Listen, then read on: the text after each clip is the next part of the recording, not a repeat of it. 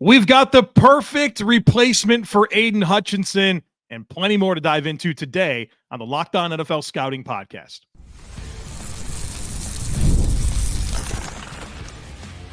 You are Locked On NFL Scouting with the Draft Dudes, your daily podcast for NFL and college football scouting. Part of the Locked On Podcast Network, your team every day. What's better than this? It's guys being dudes here on the Locked On NFL Scouting Podcast. We're the Draft Dudes. I'm Joe Marino from Locked On Bills. He's Kyle Crabbs from Locked On Dolphins. And we are your NFL experts here with you daily to talk team building across the league on the Locked On NFL Scouting Podcast with the Draft Dudes, part of the Locked On Podcast Network, your team every day. Want to issue a big thank you, shout out, and welcome to our everydayers. Those of you who never miss a single episode, we appreciate y'all being here very, very much. Today's episode is brought to you by FanDuel. Place your first $5 bet and you'll get started with $200 in bonus bets guaranteed. Just visit FanDuel.com to get started. So if you're not familiar with Takes on Takes, it's our weekly fan mailbag in which we solicit all of your hottest takes across the internet, and you provide them to us, and then we pick the Joe, not going to give myself any credit here, picks the best ones, and we react to them.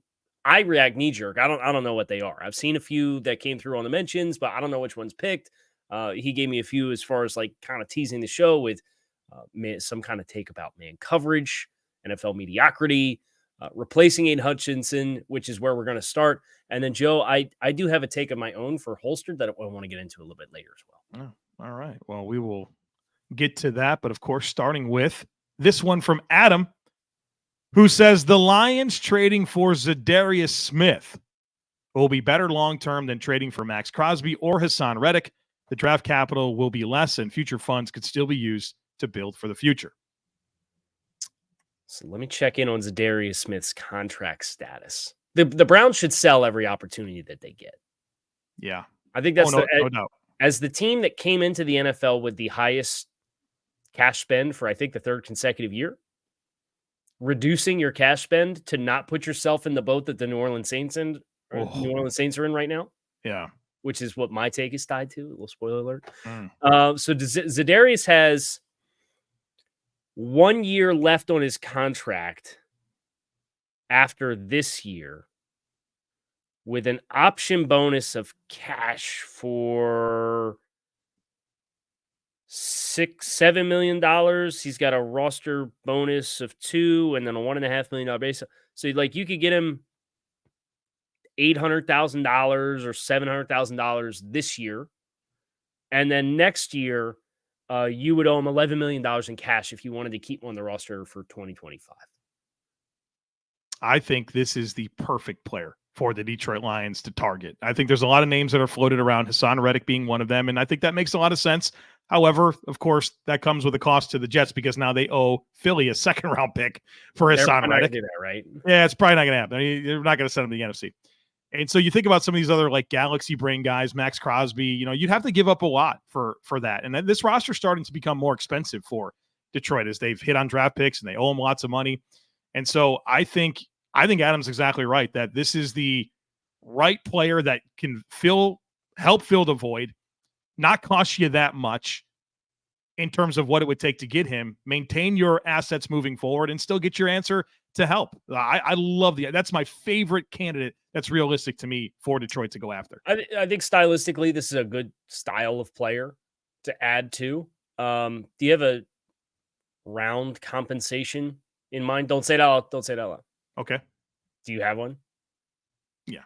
All right. You're going to say it out loud at the end of the E in 3. Okay. Ready? Yeah. 1, 2, 3, 4, 5. Okay. So I thought because it was 5 was the number in my head, but because it's Detroit, it's a late 4. I thought maybe that would make it work. We're in the right ballpark. Yeah. I think you could do a late round pick swap or something like that. Sure. if you needed to, but nothing better than giving away a 7 2 years from now and getting a 6 back, right? Like, yeah, big fan of that. Always do that. Always. Yeah, I like this. I like this player. I like this fit. I like the team that you're going to and proposing to take a player from, because it's not going to get better for Cleveland. Let's be honest. No.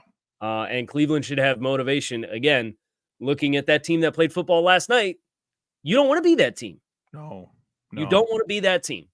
And for all of the salary cap is not real, blah, blah, blah, blah, blah, blah, blah, the Browns are a team. They are number one in the NFL this year, $337 million in cash commitments this year.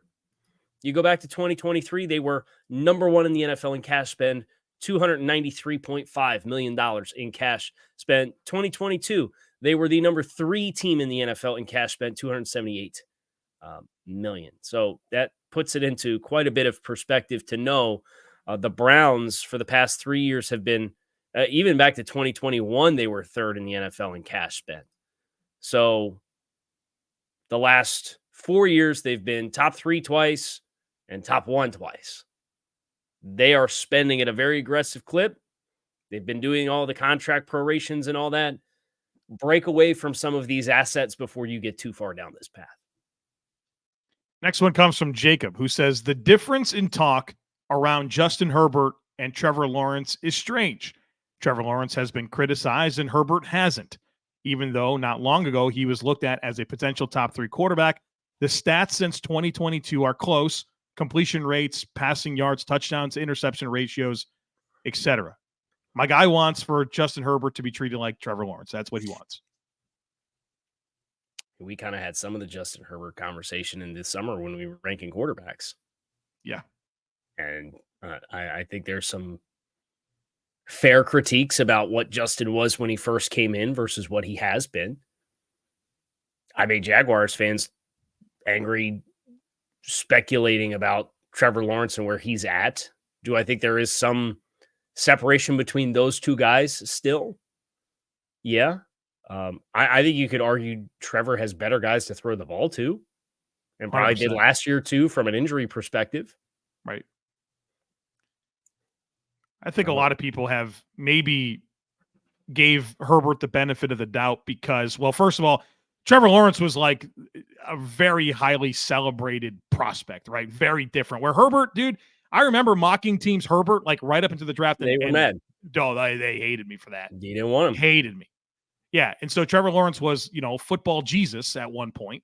And so that changes things. But also, I think a lot of the slack that maybe Herbert gets is tied to the fact that Brandon Staley was the head coach. At 3 different head coaches already. I think they've really kind of made some miscalculations with his supporting cast, where that's maybe not been the case for Trevor Lawrence, where, yeah, you could certainly criticize Urban Meyer, but Doug Peterson's supposed to be good for him, and they've certainly invested in the talent around him in a different way. So I think there's plenty of questions about both quarterbacks. But I think that's probably why the conversations are a little bit different right now. I'd rather have Herbert pretty I would rather have Herbert as well. Yeah. Lucas says the NFC West winner will have no more than 10 wins. All right. Who do we think wins the West? Niners. Is it going to be San Francisco? Yeah, they're 3-3, right? They are 3-3, and they play the Chiefs this week.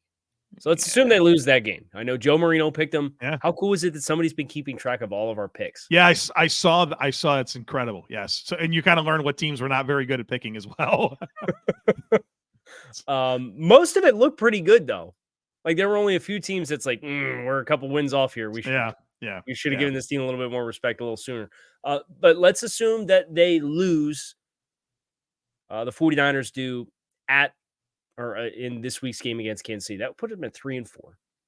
Yep. They're home against Dallas. You got that run all over that football team, yep. right? So you're 4-4 going into the bye. Yep. Okay. At Tampa Bay, we're doing the thing. I don't like it. I don't like that matchup for San Francisco either. So 4-5. Yep. Home against Seattle. Dub. 5-5. At Green Bay. Don't like it. Can we say they get one out of at Green Bay and at Buffalo, which are back-to-back their next 2 games? Sure. So now you're 6-6. Mm-hmm. Home against Chicago. I like it. Dub. Home against the Rams. Dub. Okay, so now we're 8-6. At Miami. Yeah. I like it. Based off what the Dolphins look like right now, I like it. 9-6. Home against Detroit. Nah, not so much. Don't like it. No. 9-7. At Arizona. 10. There it is. They might not get to 11. They'd have to win a game we don't expect them to. We gave them a little bit of benefit of the doubt, Yeah. So I think this is a modestly good take because I don't think it's going to be Arizona. I don't think it's going to be Seattle. I don't like the way that team's trended last month. And the Rams were 1-4. All right, folks, coming up on the other side of it, we're going to talk a little Mike Tomlin / Mike McCarthy, man coverage. Somebody spiked the ball for us, which is cool. Got a whole lot more than that, so be sure to stick with us. For most of us that like collecting cards, the idea of spending $2,000 or more on a Patrick Mahomes rookie card just isn't in the cards. I love collecting, but that's some serious money to drop. Thanks to slab packs from arenaclub.com, now it's possible to score gem mints for a fraction of the retail price. Arena Club is the only repack that provides a real value, a complete view of all possible cards, and clear hit rates for each one. Arena Club slab packs are revolutionizing the repack game with transparency. After polls are revealed, they'll immediately be placed in your showroom for safekeeping, selling, trading, or auction. The Arena Club grading process is accurate, fast, and transparent with a full grade rationale provided and explanation of how your card was scored. Whether you're buying, selling, trading, or displaying, Arena Club is the card collecting platform that you have to check out.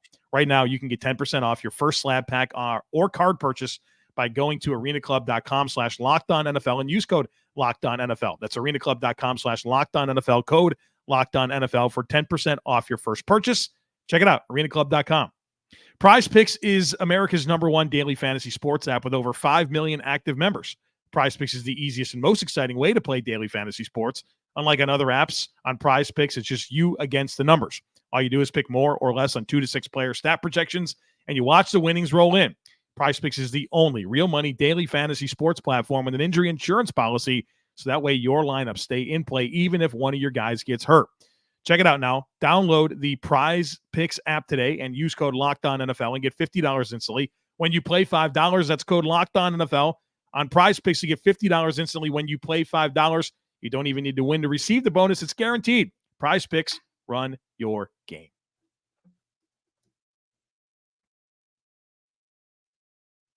Dolphins craze. Said, I feel like this could get a little spicy, but I will drop this because of the Justin Fields news. Take. The only difference between Mike Tomlin and Mike McCarthy is that Tomlin has better press.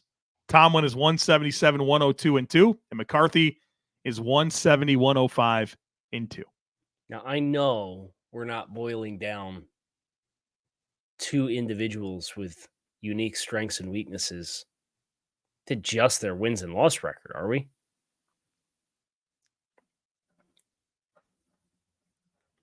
Don't you feel like Tomlin's gotten a whole lot more out of his teams than McCarthy has? That's McCarthy had Aaron Rodgers and Dak Prescott. Do you see what Tomlin's had? Like late stage Ben into now, like quarterbacks haven't been there. You know what I mean? Like, yeah, they're still winning games. That team's never soft, man. Dallas is soft. Yeah. Mike also 1, 2, 3, 4 losing seasons. They're both Mike, so you got to clarify. McCarthy. Well, I should have to clarify if I say there's 4 losing seasons for one of these coaches. Oh, yeah. Okay. Yeah, I think it's a great point to point out what you're doing with what. And as you said, the literal start and peak of Aaron Rodgers in his career in Green Bay with, I mean, some of those teams, they had a Packers team that went 15-1, was a loaded team. Would lose by 50 to this year's Packers team, though. No doubt. No doubt. And that Matt LaFleur, Jordan Love. Anybody who's unfamiliar, right? Packers fans love them some Packers, and we heard it all offseason. But that 15-1 team lost to the Giants in the divisional round. Yeah, by 17 points. Tomlin for the win. Overwhelmingly Tomlin. This one's fun. Matt is spiking the ball for us. Those are the best ball spikes when somebody spikes it for you. They said the real ball spike from this season should be y'all, meaning you and I, having Rashid Shaheed as a top 10 deep threat. He has been electric. Thank you. I don't think there's much to say other than thank you. Other than the guy went on freaking of course. Injured reserve. Of course. Now, we don't have like a Brett Coleman level curse thing going on. But are you familiar with the Coleman curse? Yeah, it's bad. It's bad. Anytime there's any positive content created around anybody, with Brett Coleman, and we love Brett. Brett does phenomenal content, and he acknowledges his own curse. Something very in short order happens to your fans of teams for Brett root that they don't talk about the team because they don't want to be subjected to the curse on any given week. Yeah, you're really good. Just don't talk about my team. Yeah, just leave me alone. All right, get healthy quick here, Rashid Shaheed. You are awesome.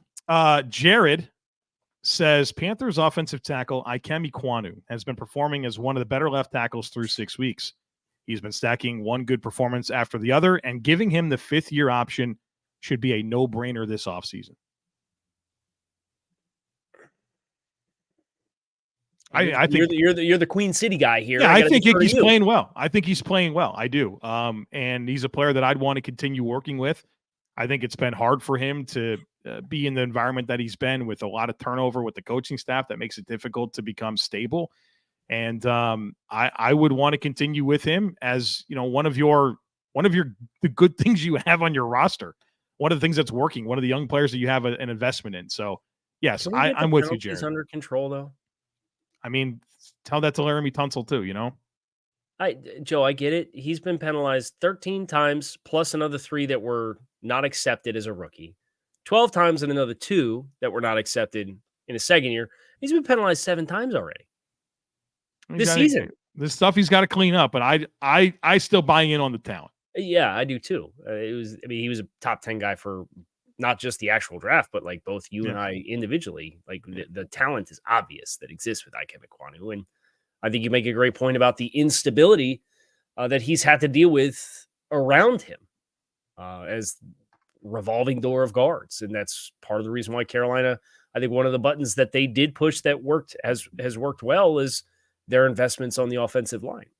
And that's a nice launch point for them as they figure out where they want to go from here as a franchise. So don't make it harder than it has to be.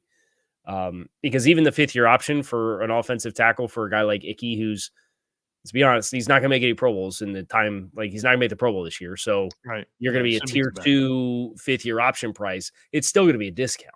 Right. And totally.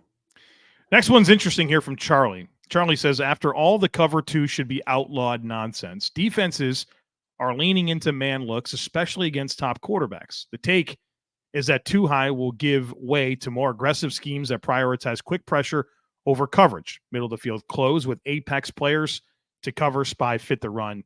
DB money is going up. I got some data here that will help us answer this question in terms of which offenses are facing the most man coverage. The top 5 in facing the most man coverage, number 1 is the New England Patriots. Number 2 is the Bills. Number 3 is the Jets. Number 4 is the Bucks. Number 5 is the Browns. Let's look at the bottom 5. Dead last, Tennessee in man coverage faced the Saints, the Broncos, the Texans, and the Cardinals. Can you find correlative data here that suggests that? Say the bottom 5 again. Titans, Saints, Broncos, Texans, Go Cardinals. Down. Titans, Saints, Broncos, Texans, Cardinals. And look right there within a few percentage points, the Falcons, Chiefs, Lions. They're right there. They're in the bottom 10.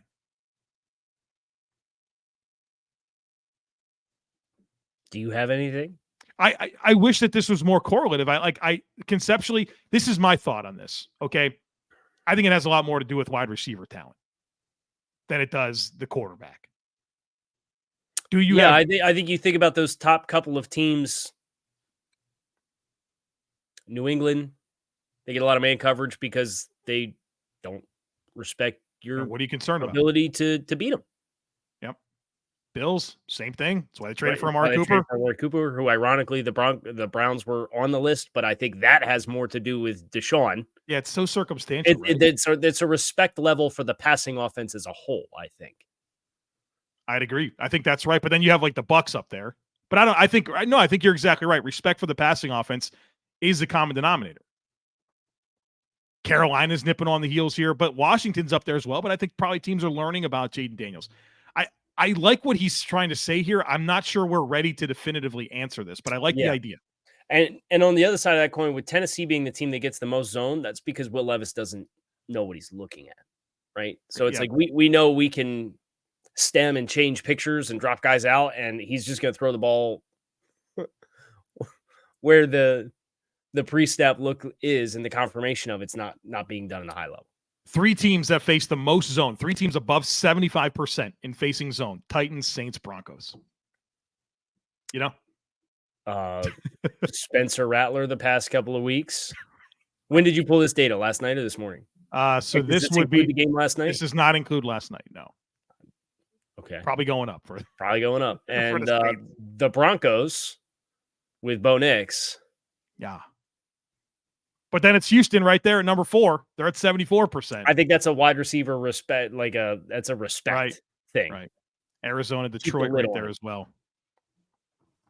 Yeah, so I don't think there's a singular motivating factor. All right, we got some fun stuff coming up. We'll get obviously the Kyle's take. We got James Pearce. Is he overrated? NFL mediocrity. Somebody wants me to never eat chicken wings again. We got stuff to get to, folks. Be sure to stick with it. Hey, NFL fans, you can start the season with a big return on FanDuel, which is America's #1 sportsbook. So when you get a hunch in the middle of the game, you can check out the latest stats, view live play-by-play, and so much more on the same page where you place your bets. There is some action that I'm in on this weekend. You guys know that I'm in on a couple of road underdogs. I like the money line for both the Chiefs beating San Francisco in San Francisco, and I really like the Lions going into Minnesota as road underdogs. I've actually got a little parlay on those, so check that out. Maybe there's some other action that you want to get into. Head on over to FanDuel.com and find that for yourself, and also take advantage of this great special that they are offering. You'll get started with $200 in bonus bets guaranteed when you place your first $5 bet. That's FanDuel.com to download America's #1 sportsbook. Joe, Pro Football Talk has chosen violence this morning. Oh, boy. That's not uncommon. What do we got now? 16 minutes ago. Okay. Rookie quarterbacks Bo Nix, Jaden Daniels, and Caleb Williams have all won their 4th career starts before Bryce Young, drafted 1st overall a year earlier, has even won his 3rd. Boy. Boy. When you put it like that. And we're still on a Bryce Young, Deshaun Watson. What is it like? What's the word? An embargo? We're not doing it. We're not harboring those. Right. We want to have people want us with their takes to have the conversation every week. We're shutting it down. We're just not doing it. Now I do want to talk about the Saints because this on the heels of. I'll make sure I get the stats right. The game last night. Mm-hmm. Jason over the cap. The Saints only have 3 players on their roster who would save the team more than $3 million in cap room next year if they were cut. Think about that. 3 players on their roster that would save more than $3 million. Their current 2025 salary cap position is the worst in the NFL, about $75 million more in cap commitments than the next worst team in the NFL. Yikes. My take is you need to fire everyone. Yep. And you need to start over. And this is going to be a 3-year process. My take is if you were to do that, the Saints in 2026 will be the worst roster we have seen in a very long time, because that's how bad this is and how much you would have to just not bring in talent. Yeah. Really. Kyle, they've made their bed. They got to sleep in it. We cannot stop pretending like we can fix this on a yearly basis, because it's a disaster, man. You're mediocre at best, and there's no long-term upside to anything that's happening. Flush it all. Bring somebody in that can really rebuild this thing and stay committed to it. It's going to take time. You got to embrace the suck. But if you're ever going to get out of this trap of just being slightly below average, you got to do it. I think we're beyond being slightly below average at this point. This is a bad football team. You like to think that if maybe they were healthy, they'd be okay. But when you have absolutely zero depth because you can't afford any, right, this is what you're going to get. It's a disaster. And I know you guys are old because you got to stay with them because you can't get rid of them because you'd lose more cap space if you got rid of them because you restructure them 5 years in a row. Time to be done. What's the alternative here? Are you just going to do this until the sun expands and engulfs Earth a billion years from now? Like, at what point is enough enough? And from a team building perspective, like, it drives you nuts because you've known the issues have existed with this team. And they just keep pulling wool over their eyes and say, oh, we'll get him this year. We'll get him this year. Let's restructure. Division's bad, right? Division's bad. Let's restructure our 33-year-old guy who's played in 8 games for 6 straight years, and that's not a real. Right. It's like what was the point of the Chase Young contract? I still can't. That's the Derek Carr thing, man. It's all dumb. It's all bad. It's all bad. He came in, it was awful. His first, 3/4 of his first season, but you gave him all that money? And then you restructured him in the offseason. It's like, oh, well, now he's here for the next 3 years, no matter how bad he is. Here's a quote from Dennis Allen about job security amid the 2-5 start. Quote, it's not like there's a draft in the middle of the season. There's no one coming to be our savior. I can't. Boy. And good luck at getting a good coach knowing, right? Like knowing. Because you've seen I think you've seen coaches more and more be choosy, right? About what they're going to do. You know, you kind of get one shot and your reputation, everything's on the line. I mean, this might be like, you might have to do like a Jim Tom Sula type hire or like a David Culley type hire just to get through. But who's going to want to do that? Jim Tom Sula or David Culley, somebody like that. Yeah. One of those types of guys. Mike Zimmer, Leslie Frazier, stuff like that. That's what you have to do. Brutal.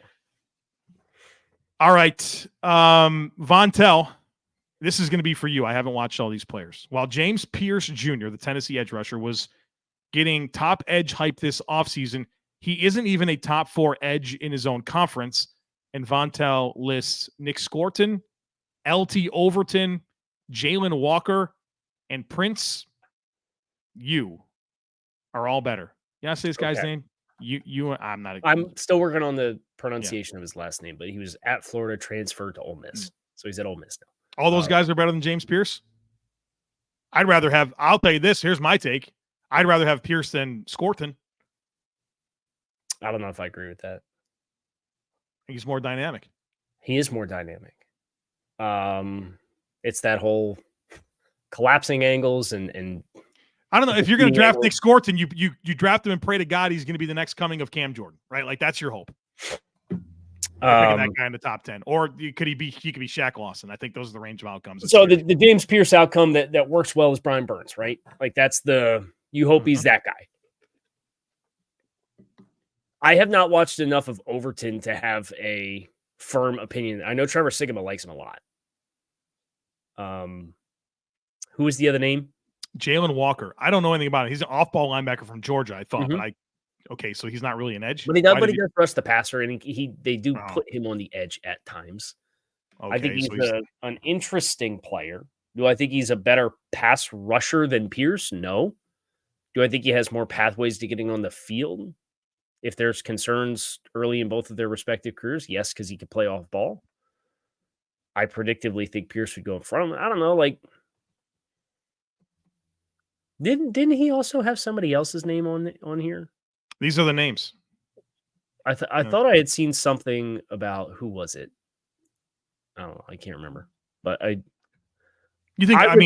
I would sell on this fading Pearce against all of those names. I think it's fair to question James Pearce's translatability as like a long, lean. Like, are you a Leonard Floyd type? Are you a Randy Gregory type? Are you a Brian Burns type? Like, and each one of those guys has like different volumes in which they can play. And I think that's the fair critique on Pearce. First and Fins, you have to pick one. Never eat chicken wings again for the rest of your life, or your favorite team has to trade a first-round pick for Justin Tucker and draft a Rashad Penny type back in the first round following year. This is a you question. This is not a me question. I'm gonna eat chicken wings. So yeah, we'll go ahead and get the kicker and the running back. But I mean, like, I love football, but yeah, I'm like my favorite food. I have weekly cravings for chicken wings that I gotta have it. So yeah.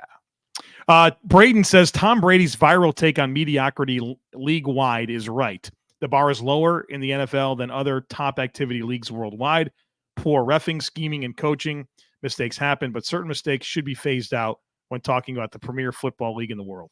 I think we're angry at the wrong thing here. I don't know that this is wrong, but I think we're angry at load management and the CBA and too much physical contact and time on task, and you can't do any of that. Right? Yep. Like, it's so reduced versus what it was. And I don't know. I'm not saying the answer is just throw them back in the meat grinder and say la vie. Like, but at the same time, football requires callousness as far as like to contact. Some guys are going to get hurt as a result of that. It's an unfortunate reality of the game as a contact physical sport. They used to have 3-a-days in training camp. Mm-hmm. You get 90 minutes a day with no more than 3 days in a row. Now, like the amount of investment that you could put in. So if you want to know why the product is bad, it's because they're spending less time preparing for the product on Sundays. Yeah. And I think it's that simple. I think that's a great call out. And then I continue to champion that the quarterbacks, like, they're just not as good. The era of quarterbacks that we came out of, it has not been replenished. There's a lot of busts, but I think a lot of that does go back to what you're talking about, the plans to develop them and how they onboard these quarterbacks has had a huge impact, in my opinion. So I still love, I mean, the NFL is amazing. I'm never going to stop, but like, yeah, I think we got to take a hard look at some of these dynamics. Let's get this last one in here from August. August says, like the absolute joke that he is. And hold on, before I get to this one, we had a million takes on the comma stuff, dude. I can't do it. I don't have an opinion. Comma. Yeah, man. I don't have an opinion on this. You know what I mean? It's like, dude, I was trained. I grew up one way. You didn't put that comma before the end, and that's it. I don't have any passionate thoughts. I don't know why any side would be better than the other. People I'm not going to debate angry. Well, Brother, not angry, but people are enthusiastic. Very, yeah. The Oxford comma. Yeah, okay. So I thank you for everyone who submitted those. You did not disappoint. I don't have anything of substance to add to the conversation. That's probably more engagement that we've got on like anything on the show this season. Yeah. Like we called it yesterday, and like maybe that's why they did it, but like, yeah, guys, we give you 30 plus minutes of football stuff, and like nobody had anywhere near the reaction that everybody had yesterday to the Oxford comma. August says, like the absolute joke that he is, Dave Tepper fires Dave Canales before the end of the season. No, I agree.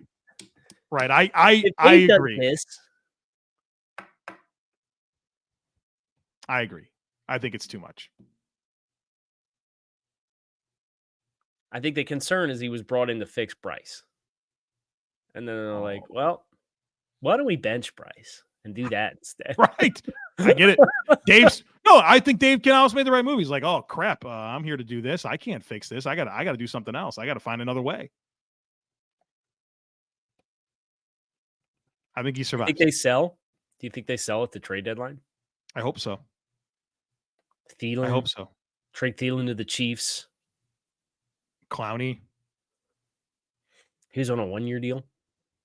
I think maybe a couple years. 2-year deal. Yeah. Sources are going to check on that. This is kind of the issues. You don't really. I mean, what do you have that's like super appealing to trade? It's a 2-year deal worth $20 million total. And try to sell that. In cash, it's 10 and 10, so it's evenly split. Nobody's trading for Miles Sanders, Chuba Hubbard. Does anybody want that guy? A'Shawn Robinson, J.C. Horn. Sure. I mean, what kind of value does he have? I mean, but sure, yeah. And if you could get like a buy high opportunity because he's a former top 10 pick. Well, dude, and the other problem here is like a lot of their tradable players, they're not healthy. DJ Wanham, Thielen's not healthy. Shaq Thompson's out for the year. Austin Corbett's injured again. Like, you know who I would call for if I was a team? And I don't know that he's like going to fix any problems that I have. I'd call for Tommy Tremble. Well, X Factor player, yeah. I like Tommy Tremble a lot. He's good. And he's 24. Yeah. And what is he in the last year? Last year, he's in a contract year. Are you Carolina, all the problems you have? Are you going to re-sign a tight end 2-ish player? Well, Deontay Johnson's that's the guy they got to trade. Deontay Johnson. Contract year. Yeah, they got to send him. That's got to be the player. They get. I mean, why you should be able to get a 4, right? Like Cooper and Adams went for 3s. I think you should get a 4. Get a 4? I think so. Yeah, he's 20. He's 27. He's good. He separates. Yeah, but he's in a contract year. Yeah, so is Cooper. You don't call the Chiefs and offer them Deontay Johnson? Chuba Hubbard? I guess. I don't know. I think I can find Chuba Hubbard anywhere, but that's you fine. You can, yeah, but Dallas could use him. Yeah, there you go. Send Chuba Hubbard to Dallas. Yeah, for a 6, right? All right, that's going to do it for us here on Locked On NFL Scouting. Kyle Crabbs, Joe Marino, we appreciate you guys checking out the show. You can find us on YouTube or wherever you listen to your favorite podcast. Make it a great weekend. Enjoy all of the football that awaits you. We will be back on Monday to break down all the action, and we hope to see you then.